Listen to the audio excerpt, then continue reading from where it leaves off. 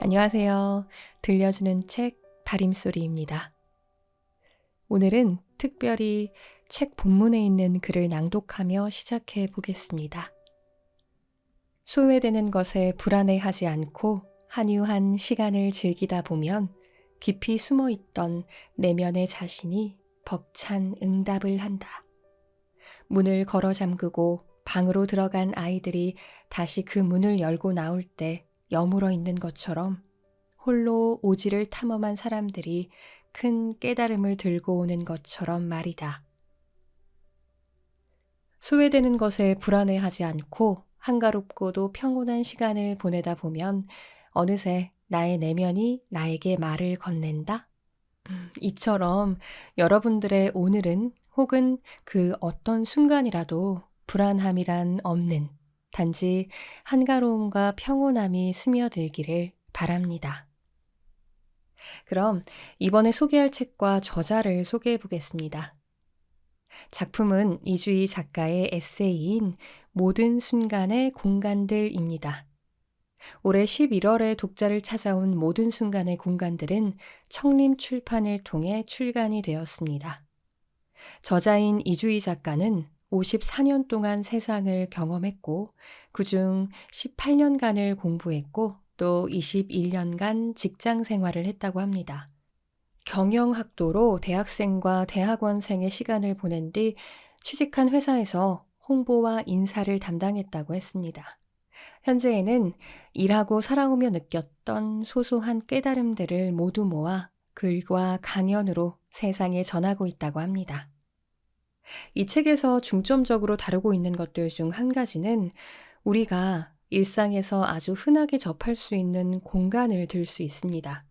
저자는 그 쉽게 닿을 수 있는 일상의 공간을 통해 자신의 추억을 되새기고 되뇌며 작품 안에서 이야기해 나갑니다.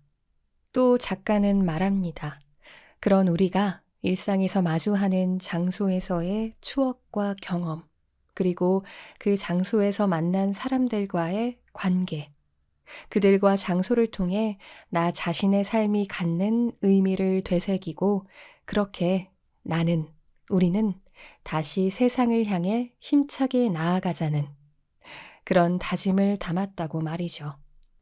작품에서는 지극히 개인적인 추억들을 재료로 삼았지만 이리저리 체에 거르고 다지려고 노력했다고 덧붙였습니다. 사적인 이야기를 담은 이 책이 누군가의 사색을 돕는 매개체가 되어 그동안 놓치고 잊고 있던 추억의 공간을 떠올리고 그 안에 있는 진정한 자신을 발견해 보기를 감히 바란다고 말합니다. 저는 읽는 중에 미소가 사라지지 않더라고요. 왜 그 피식피식 웃는 거 있잖아요. 또 어느 부분에서는 이거 드라마 응답하라 1988을 보는 것 같은 느낌인데 하고 생각을 했던 적이 있어요. 그런데 책 내용을 보니까 실제로 내용 중에도 드라마를 언급한 부분이 있어서 좀 놀랐습니다. 살다 보면 일상적인 장소들에 대한 소중함을 우리가 느끼기 힘들 때가 많잖아요. 그래서 그런지 이 책을 읽고 나니 어렸을 적 추억도 새록새록 떠오르기도 하고 어떤 장소에 대한 소중함도 느껴졌었습니다. 네, 그러면 읽으면서 제가 인상 깊게 봤던 장소인 예식장, 장례식장, 그리고 동물원, 이 세 곳을 낭독해 드리도록 하겠습니다. 모든 순간의 공간들. 작가 이주희. 청림 출판. 첫 번째 장소. 예식장. 사랑. 불태우지 말고 그대로 얼리세요. 왜 너냐? 다음 생에 내 눈에 띄면 가만 안 둔다. 모든 순간, 모든 시간. 라디오에서 결혼 후회되는 순간이라는 질문에 게시판에 올라온 시청자들의 답변이다. DJ는 긴 한숨을 쉬었다. 여러분, 도대체 어떤 결혼 생활을 하고 계신 겁니까? 차에서 들으며 웃음이 났다. 이토록 희극적인데 50대, 40대 미혼의 남자 DJ는 몹시 심각하다. 아니, 이런 답변을 올려주시면 저희더러 결혼하라는 겁니까? 말라는 겁니까? 무서워 죽겠어요. 그래, 결혼은 무서운 일이지. 내용만 보면 질문이 복수인지 결혼인지 알 수가 없지. 한때 서로 열렬하게 사랑했을 그 시절에는 저 문장들이 이랬을 텐데. 왜 너냐는 너여서 너였기 때문이다. 다음 생에 내 눈에 띄면 가만 안 둔다는 이번 생이 아니면 다음 생에라도 만나. 모든 순간, 모든 시간. 한순간도 네가 아닌 적이 없었어. 속초 가는 길에 배우자 작은 아이와 함께 인제의 자작나무 숲에 잠시 들렀다. 그곳을 추천한 친구는 30분이면 정상에 오를 수 있다고 했다. 그런데 1시간 반을 넘기고도 자작나무는 보이지 않았다. 마주치는 여행객들은 하나같이 다 오셨습니다. 기운 내십시오. 라고 응원의 메시지를 건넸다. 가만히 있어도 땀이 비 오듯 하는 날씨이니 옷은 이미 흠뻑 젖었고 운동화까지 축축해졌다. 여름휴가 가는 길인데 여기서 힘 빼지 말고 그만 내려가자는 배우자의 말에 나는 어떻게 여기까지 와서 내려가냐며 팽팽히 맞섰다.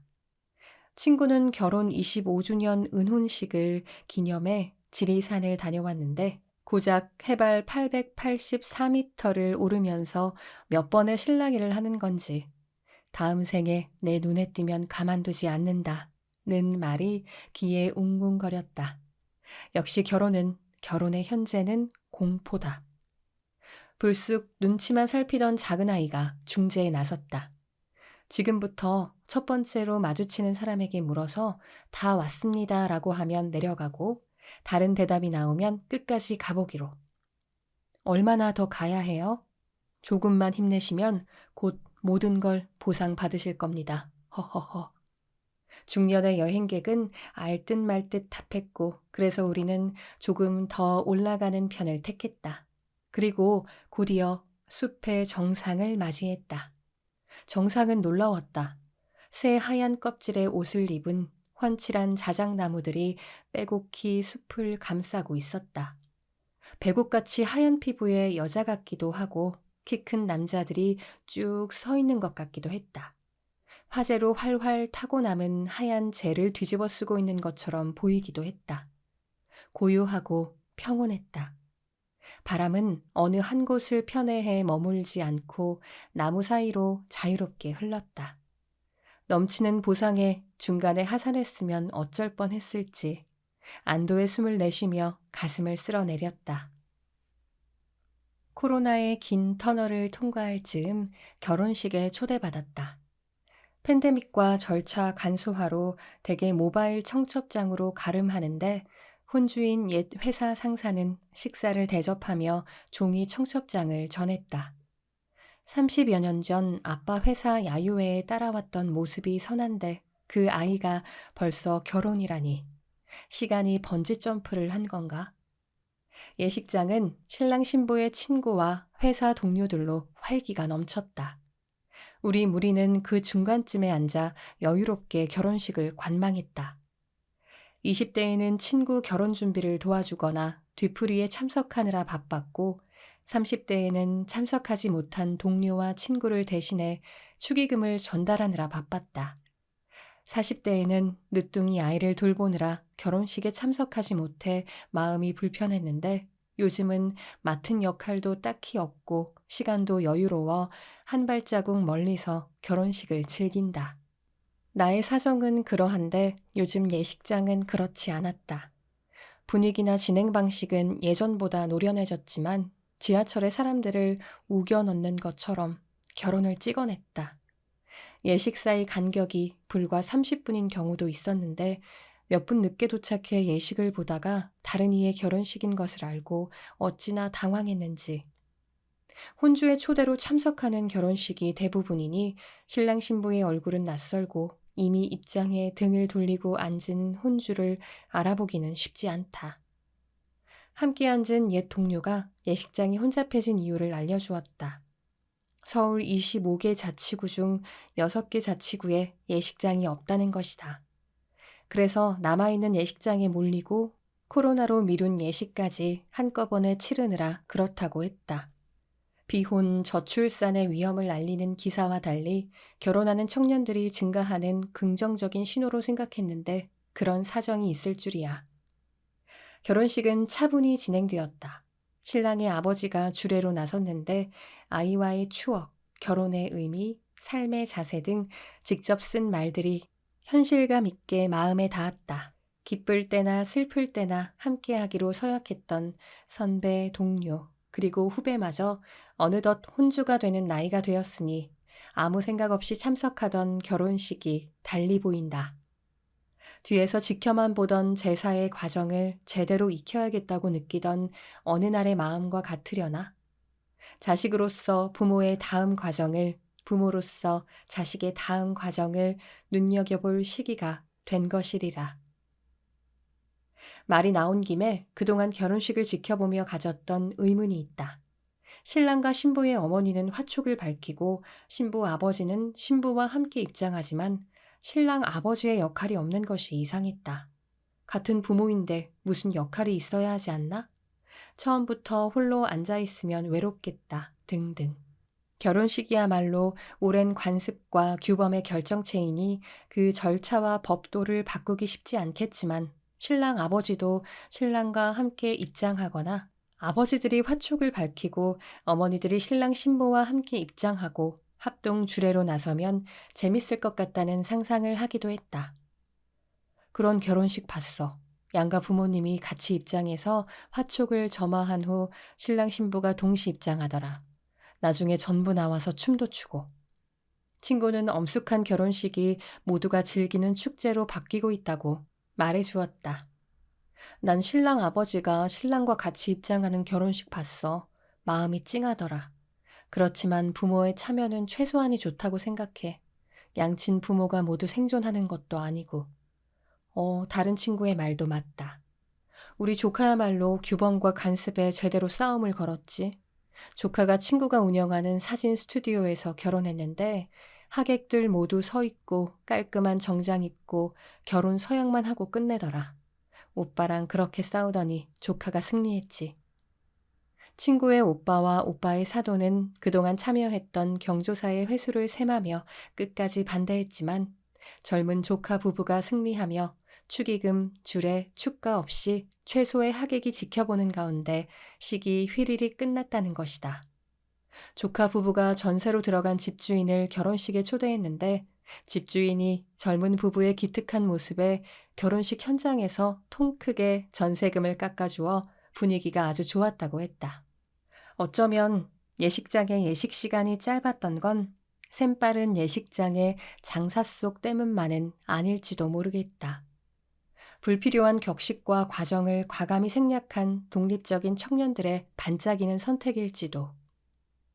세상에서 가장 새빨간 거짓말이 그들은 결혼해서 행복하게 살았대요 라는데 멸치 김치찌개와 돼지고기 김치찌개가 동시에 상에 오르고 자작나무 숲 한 번 함께 오르기도 버거운 것이 결혼인데 혼자라면 잊지도 않을 수많은 문제를 둘이서 고민하는 것이 결혼인데 시작부터 진을 뺄 이유는 없을 것이다. 정상까지 오르느라 고생했네. 원래 30분 거리인데 공사 중이라 멀리 돌아가서 그런가 봐. 그런데 볼만하지? 오늘 너희 부부는 꺼져가는 화촉을 밝히고 온 거야. 친구의 말인즉슨 결혼식 봉투에 쓰는 축 화혼의 화자가 자작나무의 화에서 유래한 것인데 하산하지 않고 정상을 보았으니 자작나무에 불이 붙듯 부부의 인연이 더욱 깊어질 것이라 했다. 글쎄다 친구야. 온통 너로 가득했던 세상이 하필이면 너를 만나서가 되고 한순간도 네가 아닌 적이 없던 사람들이 모든 순간 모든 시간이 후회된다고 말하는 게 결혼인데 자작나무 한 번 봤다고 꺼져가는 불이 붙을 리가. 어떻게 사랑이 변하니? 라고 울부짖는 상대에게 사랑은 움직이는 거야 말하고 돌아서는 것이 사랑의 결말인데 하물며 결혼 생활의 항상성이 그렇게 쉬울 리가. 그런데 얼마 뒤 그 어려운 문제에 대해 큰아이가 답을 주었다. 오늘 엄마 아빠 결혼 반지 찾았다. 배우자와 나의 결혼 반지는 결혼식 후 보석함에 잠시 살다가 집을 비울 일이 생기면서 친정 냉장고로 이사해 오랜 세월을 보냈다. 잘 보관한다고 선택한 곳이 냉동실인데 그 위로 음식들이 차곡차곡 쌓이면서 행방이 묘연하다가 냉장고를 바꾸면서 그 위치가 식별된 것이다. 20여 년 만에 보는 결혼 반지는 낯설었다. 끼지도 않을 것인데 뭐하러 했을까? 그러니깐 이게 그때 얼마였더라? 그래도 명색이 결혼 반지인데 너무 방치한 거 아닌가 했더니 큰아이가 한마디를 던진다. 엄마, 그나마 결혼 반지를 얼려서 지금까지 살고 있다는 생각 안 해봤어? 소중히 끼고 다녔으면 지금 어떻게 되었을지 몰라. 어이쿠, 그렇구나. 결혼 생활이란 상대에 대한 마음을 활활 태워 자작나무처럼 재로 만드는 게 아니라 그 상태 그대로 얼리는 거였구나. 한 발자국 떨어져서 차갑게 말이지. 상대를 있는 그대로 인정하고 모든 상황을 객관적으로 판단하려면 열정 뒤에 냉정이 무엇보다 중요한 것이구나. 그러니 늦은 결혼이나 리마인드 웨딩을 계획하는 분들, 인제의 자작나무 숲을 오르려는 분들이 있다면 한여름이 아닌 한겨울에 하시라. 아니다. 싸움터에 나갈 때는 한 번, 바다에 나갈 때는 두 번, 결혼할 때는 3번 기도하라는 러시아의 속담부터 가슴에 새기는 건 어떨지. 아, 그것도 아니다. 나의 얼굴은 전생에 내가 사랑했던 사람의 얼굴이라는데 다음 생에 배우자의 얼굴로 태어나도 괜찮은지부터 생각하시라. 2번째 장소, 장례식장. 식혜와 춘삼이가 답을 줄 것이다. 꽁꽁 얼어있던 만물이 녹는 봄이 오면 개화 소식과 함께 어르신들의 부고 문자가 날아든다. 이미 우리나라는 사망률이 출생률을 역전한 상태고 나의 생애 주기를 고려할 때 출생보다는 사망 소식을 접하는 게 자연스러운 일이겠지만 2월이 되면 부쩍 그 횟수가 잦다. 장례식장이 20년 전보다 2배로 늘었다는 기사를 읽었다. 장례식장은 대표적인 혐오시설로 주민의 동의 등 설립 절차가 까다로워 다른 시설에 비해 쉽게 증가하기 힘든데도 그렇다고 한다. 결혼식을 올렸던 곳이 장례식장이 되었다며 전후 사진이 올라오기도 한다. 사회에서 죽고 있는 사람, 죽을 사람이 많다는 얘기다. 호상인 거지? 그렇다고 봐야죠. 건강히 사시다 편하게 가셨으니. 상주는 문상객의 질문에 잠깐 생각하는 얼굴이 되더니 그렇게 답했다. 호상. 복을 누리고 오래 산 사람의 상사를 뜻한다고 한다. 별다른 지병 없이 평균 수명 이상 장수하다가 잠자듯이 자연사하는 경우를 말하는데 대개 8, 90년 이상을 살다가 죽음을 맞이했다면 호상이라고 부른다. 그런데 누가 호상을 규정할 것인가? 본인이 죽어버렸는데 자식인들, 부모인들, 주변인 그 누가 당사자가 건강하고 행복하게 살다가 죽었는지 아닌지를 판단할 수 있을까? 한 사람의 삶을 어떻게 물리적인 시간, 객관적인 건강 상태, 부, 명예, 권력 등의 성취 기준으로 판단할 수 있을까? 누군가의 죽음에 호상이란 말을 쓰는 건 살아있는 사람들의 섣부른 위안이 아니야? 호상이란 말은 함부로 쓰면 안 될 것 같은데. 나는 왁자지껄한 문상객들을 보며 괜히 부하가 나 함께 조문 간 사람들에게 성을 내고 말았다. 이게 무슨 말이야? 본인상? 회사 게시판에는 경조사를 공유하는 메뉴가 있었다. 여간에서는 들어가지 않는데 그날따라 제일 위에 뜬 공지를 보았다. 대개는 모친상, 부친상, 빙부상, 빙모상이라는 소제목이 붙는데 본인상이라니. 죽음에 가까운 나이까지 회사에 다니는 사람은 없고 죽을 만큼 아픈 사람이 회사를 다닐 수는 없는 노릇이니 본인상은 매우 어색한 표현임에 틀림없었다. 그래서 스크롤이 멈췄는데 이름을 보는 순간 얼어버렸다. 신입사원 A의 장례식은 슬퍼도 슬퍼도 그렇게 슬플 수가 없었다. 누구보다 건강하고 밝고 다정한 후배였다. 그는 그룹 신입사원 학예 수련 대회에서 회사가 퍼포먼스 대상을 받는데 주된 역할을 할 만큼 적극적이었다. A는 수술하고 복직하면서 곧 완치될 거라고 패기 있게 말했다. 다시 입원했다는 소식을 들었는데 한 달도 안 되어 본인 상을 알린 거다. 장례식장은 친구들과 선배, 회사 동기, 상사로 꽤 복잡했지만 그 어떤 이야기 소리도 음식을 먹는 소리도 술을 따르는 소리도 들리지 않았다. 청년의 장례식장은 슬프고 무거웠다. 부모님이 돌아가셨을 때를 천붕이라고 하고 자식이 부모보다 먼저 세상을 떠나는 것을 참척이라고 한다. 천붕은 하늘이 무너지는 슬픔, 참척은 참혹한 슬픔이라는 뜻이다. 부모님의 죽음도 죽음이지만 부모보다 늦게 세상에 온 자식이 부모를 앞서는 건 슬픔을 넘어 깊은 고통이다. 73세로 비교적 장수한 정약용도 자녀 9명 중 6명을 먼저 잃었다. 조선시대에 이런 비극은 흔했다지만 6자식의 묘비명을 일일이 지으며 얼마나 고통스러웠을까? 사회적 지위와 직업을 막론하고 자식을 앞세운 부모들의 얼굴엔 슬픔이 어둠처럼 깔려있다.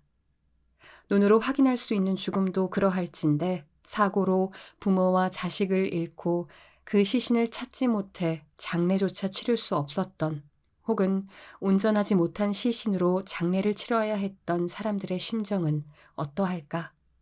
살면서 너무 많은 비극을 본다. 백화점과 다리가 무너지고 수련원과 지하철에서 불이 나고 배가 침몰하고 거리에서 사람이 죽는다. 우리나라뿐만이 아니다. 세계 곳곳에서 굶어 죽고 전쟁으로 죽고 쓰나미로 죽고 지진으로 죽고 각종 범죄로 죽는다. 제 명을 살지 못하고 부모보다 앞서는 자식들을 뜻하지 않게 부모를 잃고 살아가는 사람들을 본다. 온 나라를 들썩이게 했던 불행은 이내 잊히고 다른 불행이 얼굴을 바꿔가며 찾아온다. 탄식은 작고 애도는 짧고 출구는 그 끝을 알 수 없게 복잡해졌다. 사람들은 타인의 아픔을 길로 만들지 못하고 미로에 갇혀왔던 길로 다시 돌아간다. 어쩌다 비극이 흔한 일이 된 건지, 그리고 그 불행이 나를 비껴간 것에 언제까지 안도해야 하는 건지. 그래, 평균 수명 이상 장수하다가 잠자듯이 자연사하는 것이야말로 축복받은 죽음이구나. 호상이구나. 그냥 기억하는 거예요. 우리끼리도 자주 보지 못하니까 기일에 맞춰 서로 얼굴 보고 그 시절을 이야기하는 거죠. 후배는 20년째 친구의 기일에 휴가를 낸다. 그는 꽃같은 청춘의 사고로 생을 달리한 친구가 잠든 곳에서 친구들과 하룻밤을 묵고 온다. 먹고 사느라 바빠서 평소에는 까맣게 잊고 살지만 그날만큼은 살 만큼 살아내지 못하고 떠난 친구를 온전히 애도한다고 했다. 사람이 죽으면 2차례에 걸쳐 매장에서 첫 번째 장례에서 마지막 장례까지 2년에서 10년이 걸린다는 인도네시아 보르네오 섬의 다약족처럼 후배는 이미 죽은 자들의 세계로 간 친구를 오랫동안 묻지 못하는 것 같았다. 뭐 20년? 소설 같은 얘기네. 친구는 매년 꽃피는 봄이 오면 지상으로 내려와 친구들과 한잔하고 가겠구나. 산 사람들끼리도 그렇게 보지 못하는데 친구가 좋아하겠다. 언제까지 할 생각인데? 뭐 언제까지라는 약속은 없어요. 우리들도 하나둘씩 갈 거고 마지막 남은 사람이 마지막으로 다녀오겠죠.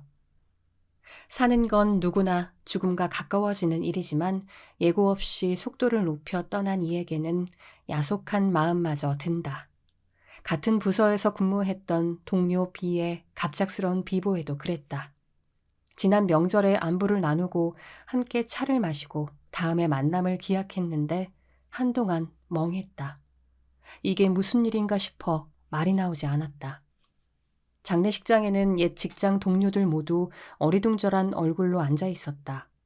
며칠 뒤 운동하기로 약속한 이도 있고 전날 밤에 농담 섞은 통화를 나눈 이도 있고 계절이 바뀔 때 캠핑하자는 계획을 세운 이도 있고 업무적으로 도움을 요청한 이도 있었다.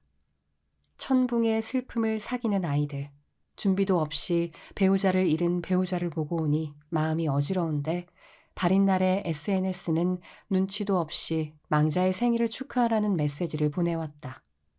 태어난 날에 발인하다니. 이 무슨 말도 안 되는 우연인 건지. 그의 담벼락에는 친구, 동료, 선후배의 글들이 올라왔다. 형, 생일인데 잘 가요. 아프지 말고. 지난날의 추억으로 그대를 기억 속에 남기네. 하늘나라에서 만나면 공기 좋고 분위기 있는 데서 또 한잔 하세. 그를 기억하는 이들이 SNS에 애도의 글을 남겨놓았다. 비는 함께 근무하며 다투기도 도움을 주고받기도 소주잔을 기울이기도 했던 동료이자 선배였다. 꽤 많은 시간이 흘렀지만 요즘도 가끔 그의 SNS를 찾아 그 시간 그대로 멈춰있는 사진을 본다. 매년 기일에 산소를 찾는 후배처럼 하진 못하겠지만 할 수 있을 때까지 마음속으로 남아 그를 성실하게 애도하려 한다. 선배님, 함께 일해서 영광이었고 편히 쉬십시오. 나중에 술 한잔 올리겠습니다. 안 돼. 아빠는 강아지든 고양이든 금붕어든 장수풍뎅이든 하여간 뭐든 우리 집에서 죽어나가는 건 싫어. 작은 아이가 강아지를 키우고 싶다고 하자 배우자는 단호하게 말했다. 아빠는 왜 죽는 생각부터 해? 안 죽게 잘 키우면 되지.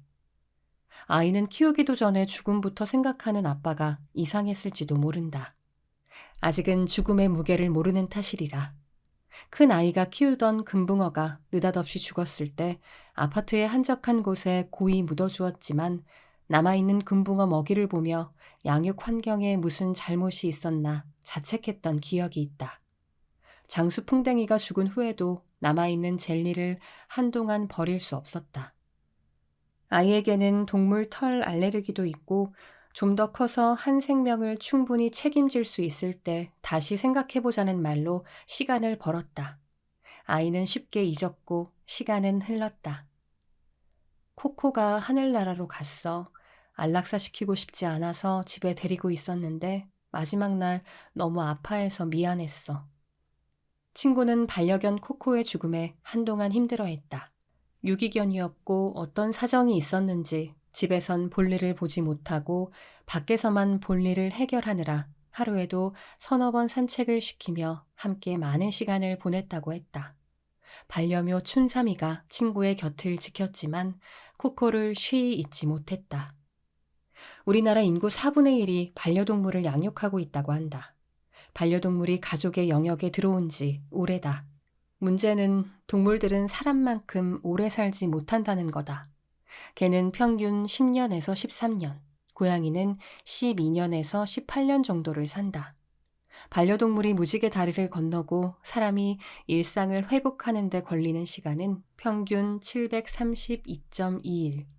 2년이 넘어야 상실감에서 벗어난다. 낯선 손님에게 짖지도 않고 친구 옆에 조용히 누워만 있던 코코의 죽음을 마음 깊이 애도하지만 무엇보다 나의 친구가 빨리 그 상실감을 털어내길 바란다. 2년은 너무 긴 시간이니까. 누구의 죽음인지 죽음의 이유와 형태가 무엇인지 간에 남겨진 사람은 애도와 슬픔을 건너 다시 건강하게 살아가야 하니까. 이 무거운 당위에 라디오 프로그램의 시청자 사연이 그 방법을 알려주었다. 오늘 처음으로 식혜를 만들어 봤어요. 얼마 전에 외할머니가 돌아가셨는데 엄마가 제정신이 아니셨어요. 그래서 생각난 게 식혜였는데 엄마가 이 식혜를 먹고 기운을 차렸으면 좋겠어요. 엄마가 할머니가 해주시는 식혜를 정말 좋아했거든요. 라는 사연이었다. 20대의 어린 딸은 엄마가 해주던 식혜로 엄마를 다시 일으키려고 한다. 사랑하는 사람이 더 이상 존재하지 않는다는 것. 그것은 커다란 상처다. 하지만 죽음은 필연적이며 우리는 누군가를 잃을지라도 다른 누군가와 함께 생을 보내게 될 것이다. 상실의 슬픔은 우리를 성숙하게 하고 남아있는 주위 사람들의 소중함을 깨닫게 해준다. 세상의 모든 죽음은 이렇게 극복되는 것이리라. 코코 대신 친구 곁을 지키고 있는 춘삼이가 그 답을 줄 것이다. 세 번째 장소, 동물원. 각자의 영역에서 최소한의 예의를 지키며 살아요. 얼룩말이 지금 서울 시내 한복판 도로를 활보하고 있어요. 동물원에서 탈출했대요. 단톡방에 동물원에서 탈출한 어린 얼룩말이 자동차 사이를 뛰어다니는 영상이 올라왔다. 에이, 이거 AI로 만든 조작 영상 아니야? 서부 시대도 아니고 어떻게 말이 도로 위를 뛰어다녀? 근데 여기는... 그러는 사이 주택가 막다른 골목에서 어디로 갈지 몰라 방황하는 얼룩말과 그런 얼룩말과 대치하는 소방대원의 영상이 꼬리를 물고 올라왔다. 멧돼지나 고라니가 농가로 침입했다는 기사는 종종 접했지만 얼룩말의 동물원 탈출이라니. 얼룩말의 이름은 세로로 서울 어린이 대공원에 산다고 했다. 2년 전 부모를 잃었는데 밥도 잘 먹지 않고 옆집 캥거루와도 싸우며 사육사의 속을 썩이다가 급기야 가출을 감행했다는 것이다. 세로는 구급대원의 마취총과 진정제를 맞고 쓰러졌고 동물원으로 무사히 귀가했다. 영상 속 세로가 뛰어다녔던 도로는 집에서 몇 정거장 안 되는 이웃 동네다. 부모의 사망, 사춘기로 외로움을 겪다 가출한 세로의 사연은 동물원의 동물이 인형이나 박제품이 아닌 우리와 같은 생명체라는 걸 말하려는 것 같았다. 우리 동네에 사람만이 아니라 얼룩말, 코끼리, 원숭이, 뱀 등 야생의 동물이 함께 살고 있다는 사실이 새삼스러웠고 한동안 세로의 후속 소식에 신경이 쓰였다. 도시락과 수박 화채, 돗자리를 한 짐 싸들고 온 가족이 동물원에 갔던 어느 날을 기억한다. 당시 동물원은 광진구 서울 어린이 대공원이 아니라 종로구의 창경원에 있었다. 지금처럼 종별로 우리가 따로 있지 않고 철제 가드가 둘러친 동그랗고 큰 우리 속에 공격성 없는 여러 동물이 함께 살고 있었던 것으로 기억한다. 나는 도도한 모습의 기린이나 화려한 얼룩말을 좋아했는데 실제로 마주한 기린과 얼룩말은 생각보다 거대했다. 그들은 동화책 속의 이야기 주인공처럼 온순하지도 우아하지도 않았다. 근처에만 가도 요란한 소리를 내고 이상한 냄새를 풍겨서 앨범에 있는 단체 사진 속에는 가족 모두가 한껏 찡그린 표정을 짓고 있다. 호랑이나 사자도 TV 프로그램 동물의 왕국에서 본 것처럼 용맹스럽게 느껴지지 않았다. 게으르고 지루해 보였고 사람을 두려워하는 것도 같았다.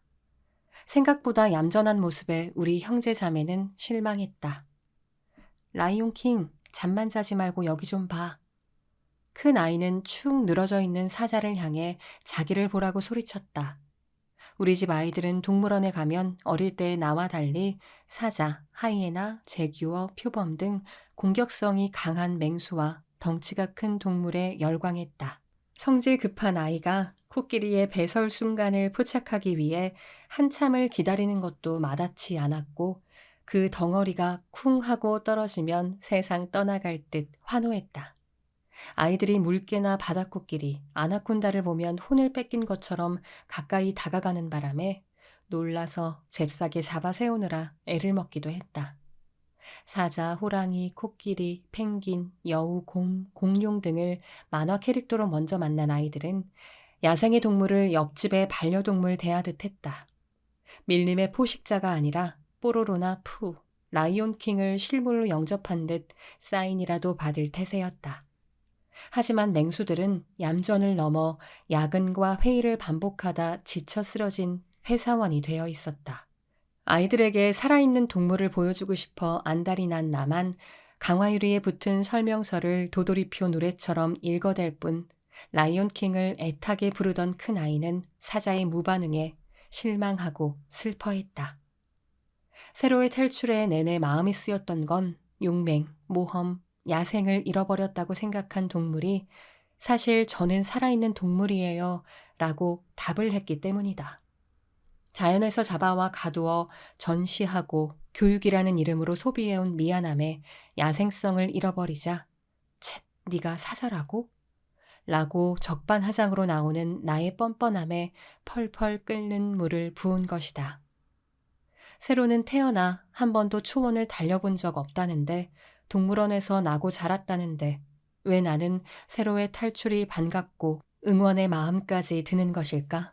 그대로 달려 어디엔가 있을 동족의 품으로 슬며시 빨려 들어가길 은근히 바랐던 것 같다. 전쟁이 나면 동물원의 동물들은 어떻게 될 것 같아?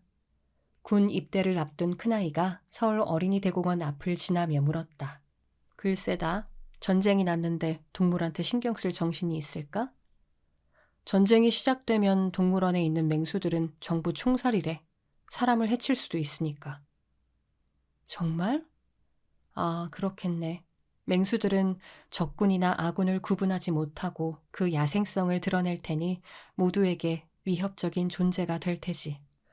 로봇이 닭을 튀기고 민간 탐사선이 달나라에 가는 21세기에 세계 곳곳에서 전쟁이 벌어지고 있다.